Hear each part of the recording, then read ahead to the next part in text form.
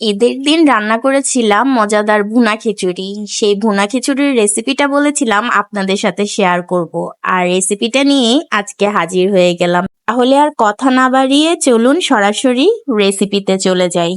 প্রথমেই একটি হাঁড়িকে গরম করে এতে পর্যাপ্ত পরিমাণ সয়াবিন তেল দিলাম। তার মধ্যে দিয়েছি 2 কাপ পরিমাণ পেঁয়াজ কুচি। তো এটাকে আমি ব্রাউন কালার করে ভেজে নিব। তো এতে দিয়ে দিলাম গোটা গরম মশলাগুলো, এলাচ, দারচিনি, তেজপাতা, গোলমরিচ, লবঙ্গ, এগুলো সব দিয়ে এবার একটু কিছুক্ষণ ভেজে নিই। পেঁয়াজটা ভাজা হয়ে গেছে, এখন আমি এতে দিয়ে দিচ্ছি 1 চা চামচ পরিমাণ আদা বাটা, 1 চা চামচ পরিমাণ রসুন বাটা। এবার এটাকে আবার একটু ভালো করে আমি কষিয়ে নিচ্ছি। রান্না মজা করতে চাইলে অবশ্যই মশলাটাকে বেশ ভালো করে কষিয়ে নিতে হবে। এবার এতে আমি দিলাম স্বাদ মতো লবণ, হলুদ গুঁড়ো, মরিচ গুঁড়ো, ধনিয়া গুঁড়ো, জিরার গুঁড়ো আর আমাদের বাসায় বানানো স্পেশাল গরম মশলার গুঁড়ো। এখন সবকিছুকে বেশ ভালোভাবে আমি একটু সামান্য পানি দিয়ে কষিয়ে নিব।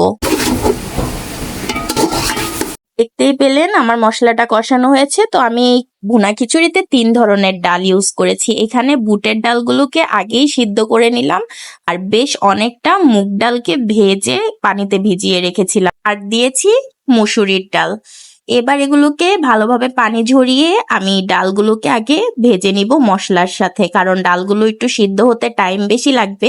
আর আমি যেহেতু চিনি গুঁড়া পোলায়ের চাল দিয়ে এই ভুনা খিচুড়িটা করব, তো এই চালটা সিদ্ধ হতে বেশি সময় লাগবে না। তো আগে থেকে আমি ডালগুলোকে ভালোভাবে কষিয়ে নিচ্ছি। এখানে এখন আমি একে একে 3টা ডালই দিয়ে দিলাম, মসুরির ডাল, মুগ ডাল আর বুটের ডাল।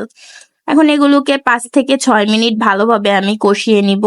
ডালগুলোকে আমি কন্টিনিউয়াসলি নাড়াচাড়ার মধ্যে রেখেছি যেন নিচে না লেগে যায়। তো আমি এগুলোকে ভালোভাবে কষিয়ে নেওয়ার পর আগে থেকেই যে আমি চালটাকে ধুয়ে পানি ঝরিয়ে রেখেছিলাম ওটা দিয়ে দিব। এই তো ডালগুলো কষানো হয়ে গেছে। যখন এই পানিগুলো একদম শুকিয়ে যাবে মনে করতে হবে আমার ডাল কষানো হয়ে গেল।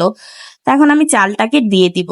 চাল দেওয়ার পরেও আমি এটাকে 5 মিনিটের মতো হালকা জালে ভালো করে ভেজে নিব। আর দিয়ে দিলাম পরিমাণ মতো গরম পানি।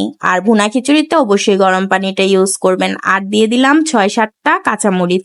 এই তো এবার যখন ঢাকনা দিয়ে ঢেকে রেখেছিলাম আমার ভুনা খিচুড়িটা পারফেক্টলি হয়ে গেছে। উপর থেকে আমি একটু ঘি দিয়ে দিলাম, আর ঘি দেওয়াতে খুব সুন্দর একটা স্মেল আসে খিচুড়ির থেকে, আর খেতেও অনেক বেশি মজা হয়। আর দেখতেই তো পেলেন ঘরে থাকা অল্প কিছু উপকরণ দিয়েই কিন্তু এই মজাদার স্পেশাল ভুনা খিচুড়িটা তৈরি করা যায়। আর আমাদের বাসায় প্রতি কোরবানির ঈদেই সকালে এই খিচুড়িটা রান্না। আর রেসিপিটা ভালো লাগলে অবশ্যই লাইক দিবেন, কমেন্টস করে জানাবেন কেমন লাগলো। তো আজকের ভিডিও এই পর্যন্তই। আল্লাহ হাফেজ।